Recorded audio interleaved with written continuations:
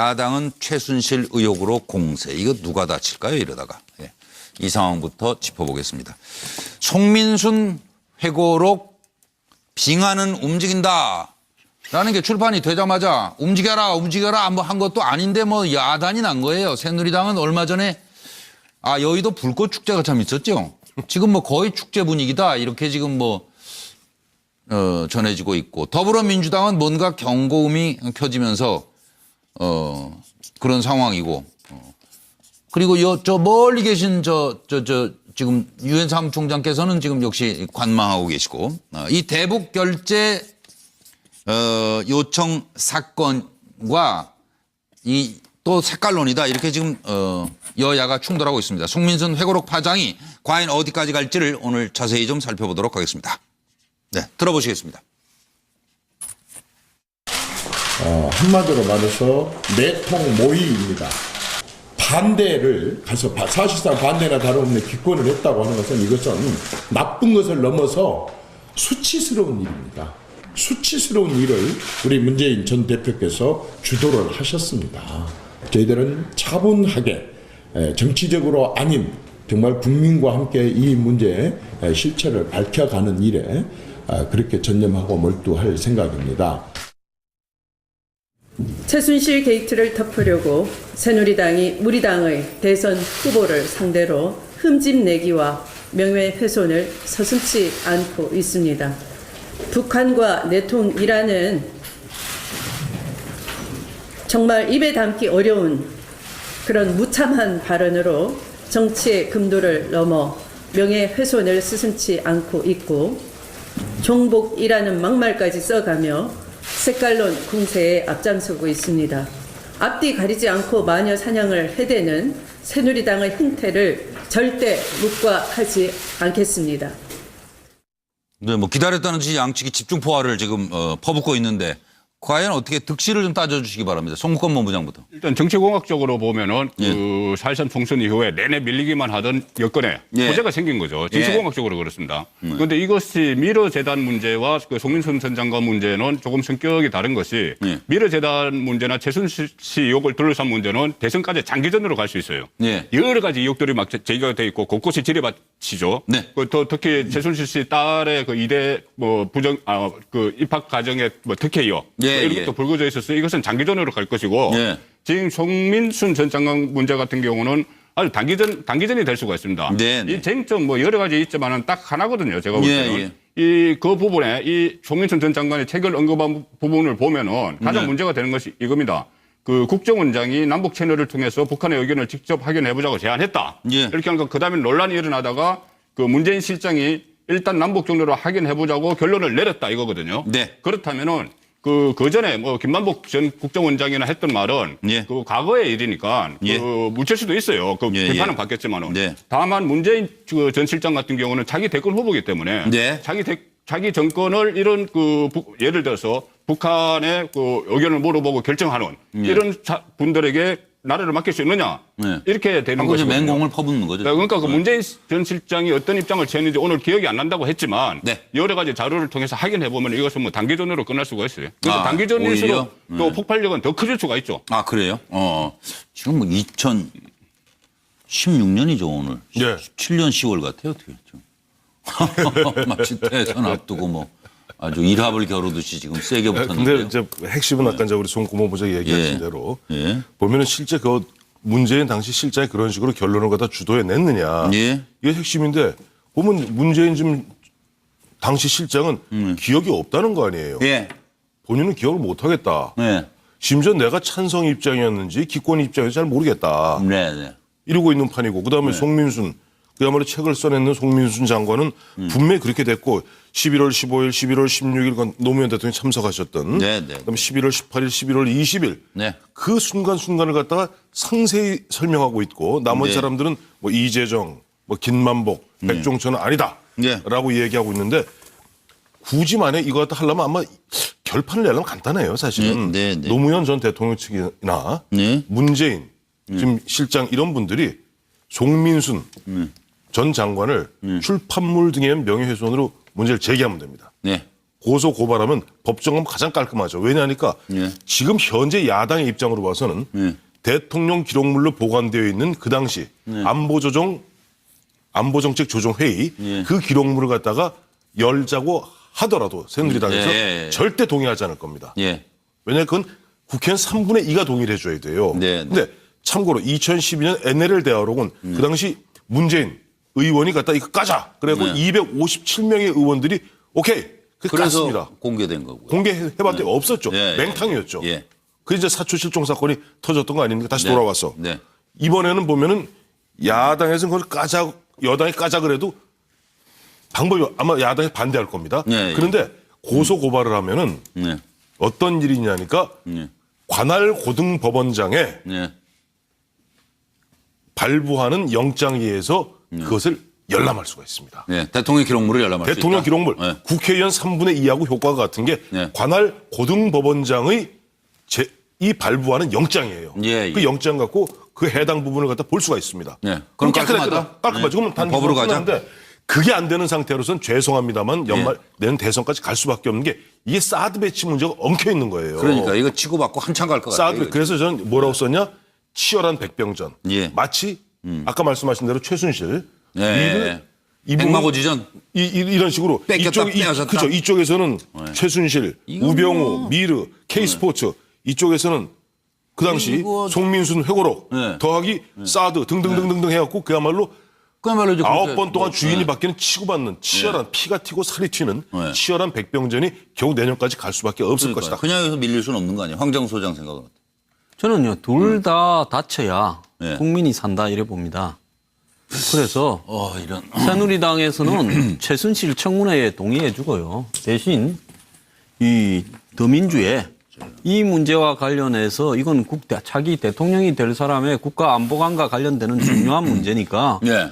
이 부분에 대한 이 청문회를 하자. 그러니까 북한 인권 결의안을 북한에 물어봤느냐 예. 하는 부분에 대해서 동의했느냐라는 부분에 청문회를 하자. 이렇게 해야 된다고 봅니다. 예. 이것은 국가의 존립이 근원이 되는 안보와 예. 또 최순실 문제는 우리 사회의 이 공정회를 방해하는 정의의 문제입니다. 예. 그러니까 둘 다 가려져야지요. 예. 여기서 누가 이롭고 누가 뭐 이 불리하고 문제로 접근할 사항은 아닌 것이다. 예. 근데 이 문제에서 보면요. 하나는 이 첩첩산중의 문제입니다. 최순실 씨 딸, 최순실 씨, 뭐 우병우, 차은택 등등요. 예. 근데 하나는 이 적장의 이 가슴을 정면으로 겨냥하고 있는 부분이 있거든요. 네. 근데 이 문제에서 딱 문재인을 겨냥한 거 아니에요? 정말로 중요한 건 이게 NLL하고는 조금 성격이 다른 게요. 예. NLL은 처음에 새누리당이 워딩을 잘못했습니다. 예. NLL을 넘겨주자라는 식으로 발언을 했고요. 예. 그다음에 그걸 갖다 증명하는 과정에서 뭐 국가 정보 유출부터 시작해서 굉장히 장가지들이 많이 생겼습니다. 그러니까 그래서 시끄럽기만 나중에 했지. 이게 어떻게 정리됐는지 기억하는 국민들이 별로 없어요. 없어요. 거기에 반해서 이거는 매우 명쾌하다. 네. 뭐가 명쾌하냐. 예를 들어서 당시에 북한에 물어봤느냐.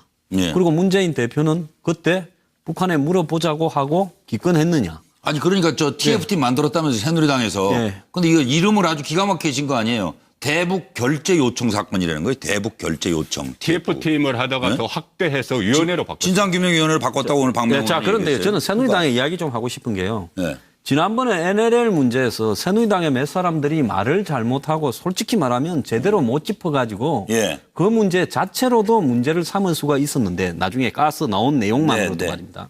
처음부터 워딩을 갖다 NLL을 마치 없애자 넘겨주자는 것처럼 이야기를 함으로써 네, 예. 이를 배렸거든요. 네. 그래서 이번에 친박 핵심이나 이정현 대표는 좀 제발 가만히 있고요.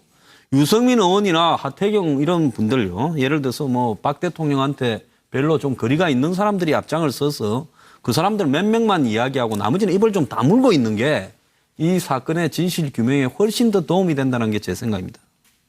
국감화 중에 민생 투어하다가 부랴부랴 서울로 올라왔는데요. 이정현 대표는 도로 내려가요. 그분 옛날에 보면 무슨 뭡니까 정세균 국회의장이 뭐 그만두느냐 내가 굶어 죽느냐 하다가 그러지 못했잖아요. 이번에도 보면요. 저런 사람은 다시는 예를 들어서 국가의 이 공직을 맡지 못하겠다. 네, 그런 말을 얘기 자꾸 했어요. 이런 식으로 던지면서 처음에 워딩도 내 톤이 아니라 있는 그대로 이야기하고 잘못했으면 지금은 그때는 맞았는데 지금이 틀렸으면 지적할 사과하라고 이야기를 하면서 지적할 해야죠. 때, 네, 계속 방향을 워딩을 잘못합니다. 갖다가 이 충성에 따라서 하게 되면 나중에 일이 좀 꼬이죠. 일이 꼬인다. 네.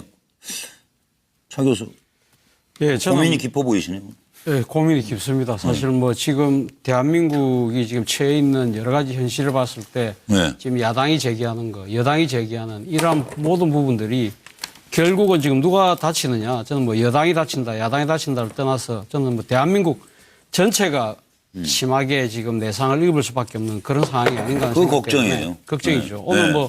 모 신문에 보니까 길 잃은 한국 경제라는 제목 하에 네. 지금 이제 우리가 지금 당면하고 있는 우월한 경제 지표들이 이야기가 나왔습니다. 성장률이 IMF 직전 IMF 때의 절반으로 지금 반토막이 났고 청년 실업하고 이 또 가계 비전 2배로 지금 뛰어 있는 상태고 수출은 2자리 숫자로 지금 급락하고 있는 상황입니다. 이런 상황에서 지금 이 경제에 대한 리더십을 나름대로 지금 발휘해야 될 이 정치권이 이런 식으로 치고받고 싸우는 것이 이 과연 옳으냐. 물론 뭐 정치권이 싸울 수는 있죠. 그런데 지금 이 문재인 전 대표를 둘러싼 의혹을 놓고 여당이 지금 이 사건 하나를 벌써 뭐 아까 결재 요청이라고 대부분 뭐 북한에 대한 결재 요청이라는 이야기를 하면서 내통이라는 말을 썼지 않습니까? 이거는 뭐 지금 보면 어떻게 보면 남북 관계에 있어서 특수한 부분, 이 고도의 통치 행위라는 부분에 대해서 우리가 국민들이 그동안 양해왔던 부분들을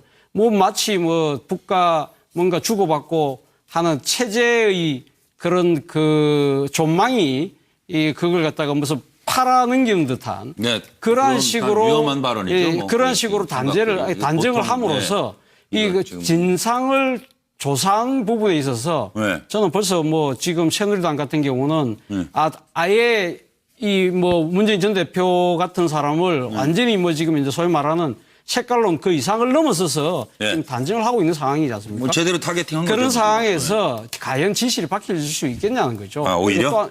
그리고 또 하나는 지금 뭐 야당도 마찬가지인데요. 야당도 지금 이제 이 최순실 씨 그 미르재단 여러 가지 의혹들에 대해서 지금 제기를 하고 있습니다만은 이 부분에 대해서 결정적인 한 방을 지금 못 내놓고 있지 않습니까? 그렇죠. 물론 청와대나 정권의 핵심에서 뭐 지금 그 국회에서 국정감사를 통해서 진실을 밝힐 수 있는 부분을 상당히 이렇게 지금 방어를 하는 부분 때문에 2대에서 한 방 나오겠던데요, 뭐 2대. 2대가 오늘도 뭐 이대에서 이대 총장은 또 뭐 부인을 하셨다고 하니까요. 그것조차도 진실이 지금 가려지지 않은 상황이거든요. 이런 식으로 안개에 쌓여서 이렇게 정략적인 계산에 의해서 치고받는 상황이 계속된다면 결국 죽어나는 것은 대한민국과 국민밖에 국가 경제다. 있겠냐.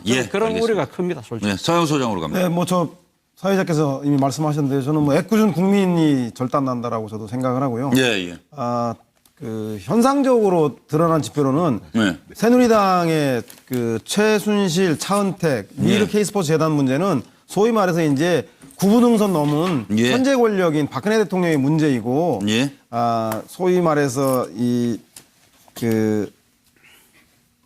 송민순 회고록 같은 경우는 앞으로 살 길이 구말리 같은 미래 권력인 문재인 그 전 대표의 일 아니겠습니까? 그럼 미래 권력과 현재 권력으로 하면 현상적으로는 문재인 대표에게 전 대표에 훨씬 더 손해나는 것인데 그것이 중요한 게 아니라 양측에 이렇게 정치 공방이 가열되면 진보든 보수든 여든 야든 고정 지지층 더 결집해서 더 가속적으로 이 정치 공방에 매달릴 것이고 이 문제에 대해서 국민들은 이번 국감에서 전기요금 누진제 문제라든가 폭등하는 전세값 문제 그리고 담배세 인상 문제 이런 문제 민생 문제에 대해서 좀 속 시원한 답변을 주길 바랬는데 이런 국민들의 관심사는 오간데 없고 여야의 진영 논리만 횡행하는 그런 그 공방만 이어지는 거 아닌가 그런 생각이 듭니다. 이거 제가 보기에는 거의 죽기 살기로 매달릴 것 같은데요. 황 소장. 저는요. 이제 이런 일이 생기면 또 민생 이야기하고 국민이 절단난다는데 제가 앞에 이야기를 했지 않습니까? 안보 문제에서 대통령이 되겠다거나 정권을 잡겠다라고 이야기하는 사람이 이 북한에 있는 국민도 헌법적으로는 우리 국민입니다. 우리 물론 영향력이 미치지는 못하지만요. 뭐 북한이 제3국과 관련된 문제에 대한 유엔 차원에서 결의가 아니라 북한 정권이 자신의 국민들을 저렇게 가혹하게 탄압을 하고 강제 수용소에 보내고 탈북자들을 이렇게 처벌하는 부분에 있어서 유엔이나 외국이 미국이나 유럽이 저 부분에 대해서 규탄하는 결의안을 채택하자라는 부분에 대해서 그 탄압과 가혹함의 주체인 북한한테 물어보겠다라는 거는요.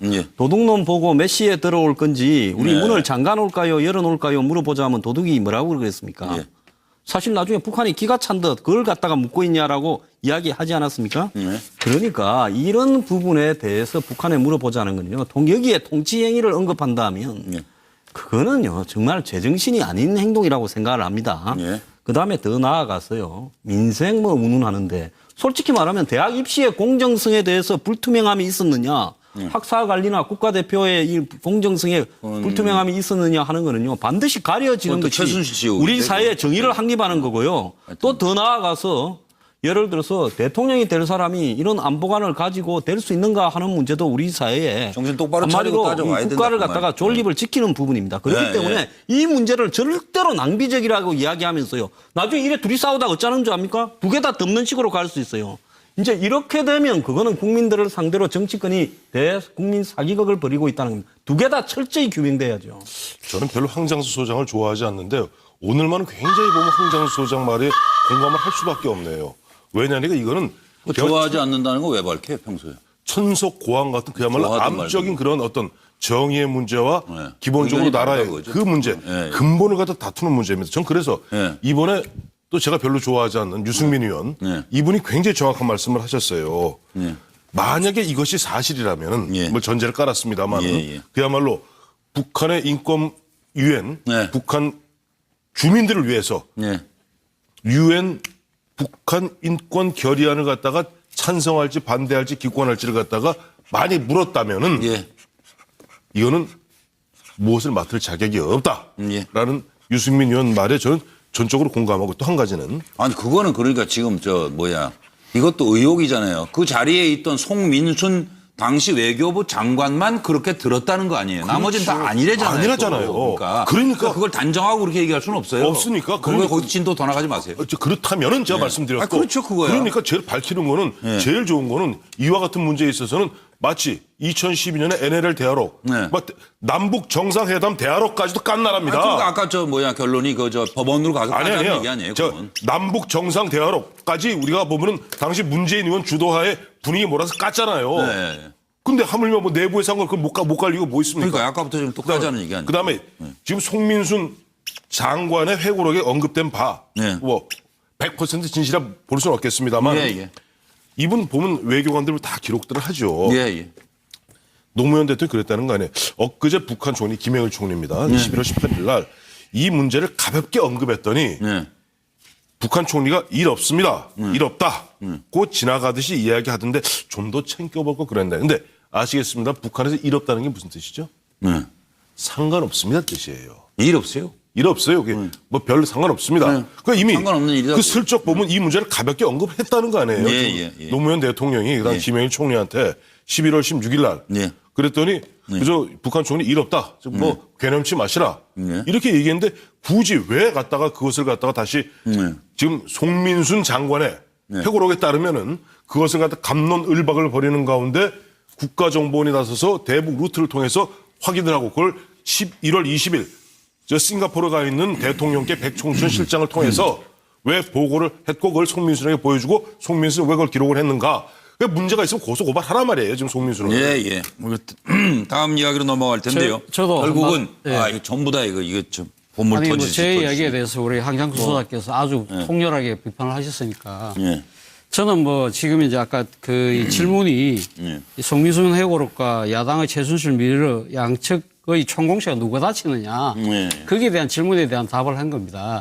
저는 지금 이 사안에 대해서 진실을 밝히지 말자는 이야기는 아닙니다. 저는 가급적이면 문재인 전 대표가 본인이 지금 이제 기억을 잘 하지 못하는지는 모르겠습니다만은 무슨 이유에서 지금 이제 본인이 직접적인 그 이야기를 지금 안 하고 있지만 오늘 뭐 지금 그 사회자께서 말씀하신 대로 오늘 매일경제신문하고 단독 인터뷰를 했습니다. 여기도 보면 이 지금 핵심이 되는 북한에 대해서 북한 측에다 사전에 그 북한의 의도를 물어봤는지에 대해서 분명하게 말씀을 안 하고 계시거든요. 그런 부분들에 대해서 저는 뭐 지금 문재인 전 대표가 이 부분은 분명히 밝히고 넘어가야 된다고 저는 생각을 하고 있습니다. 하고 예, 예. 있는데 그건 뭐다 비슷한 제가 지금 생각이고. 이제 그러니까 예. 지금 지적했던 부분은 예, 예. 이러한 의혹이 제기됐을 때 정확한 진실도 지금 밝혀지지 않은 상황에서 예. 야당의 당대표, 야당의 대선 후보가 될 수 있는 사람에게 예. 이 내통이라는 식의 하나의 멍해를 씌우는 이런 정치적 행위가 예. 저는 상당히 지금 지나치다는 거죠. 이러한 상황에서 지금 여야가 어떻게 하면 신뢰를 갖고 서로 지금 이제 상호 그 선거에서 경쟁의 대상으로 나설 수 있느냐는 거죠. 그렇지 못하다는 거죠. 예. 이런 상황에서 계속 나가게 된다면 예. 누가 이긴다 하더라도 선거에 이건 저 민생 경제에 하나도 도움 안 된다고 결과를 말씀이잖아요. 그걸 갖다 수용할 수 있겠습니까? 저는 예, 예. 이런 식으로 불행하게 가서는 안 된다는 이야기를 그렇죠. 하고 싶은 거죠. 예, 예, 예. 그러니까 지금 쟁점이 예. 대북 인권 결의안 그 기권을 한 게 올바른 행위인가에 대한 기권 여부에 대한 올바름에 대한 문제하고 또 하나는 그걸 기권이든 찬성이든 반대든 왜 북한한테 물어보느냐 이 두 가지 문제 아니겠습니까? 예, 예. 근데 이 기권에 대한 문제는 북한이 핵을 쏘았을 때 직후 2006년도에는 참여정부도 예. 그 유엔 결의안을 찬성을 했어요. 예. 그리고 대화국면 때는 북을 자극하기보다 대북 유엔 제재를 통해서 국제적인 공조로 북을 압박하기보다 북이 먼저 이 문제를 해결할 수 있도록 남북 대화를 강화해보자라는 취지에서 기권할 수 있는 거기 때문에 이거는 뭐 대북 정책의 입장에 따라 달라질 수 있고 다만 북한의 이 얘기를 물어봤느냐 사전에 그 결재를 받았냐에 대한 문제는 송민순 장관만 회고록에서 주장할 뿐이고 나머지 그 외에 참석했던 많은 분들 김만복 전 국정원장이라던가 이재정 그 통일부 장관이라던가 심지어는 중국의 그 새누리당에 의해서 중국의 그 대사로 나가 있는 김장수 중국 대사 네. 뭐 이런 많은 분들이 이건 송민순의 주장일 뿐이고 이게 사료나 회의 자료가 아니지 않느냐. 예, 예. 그건 주장일 뿐이고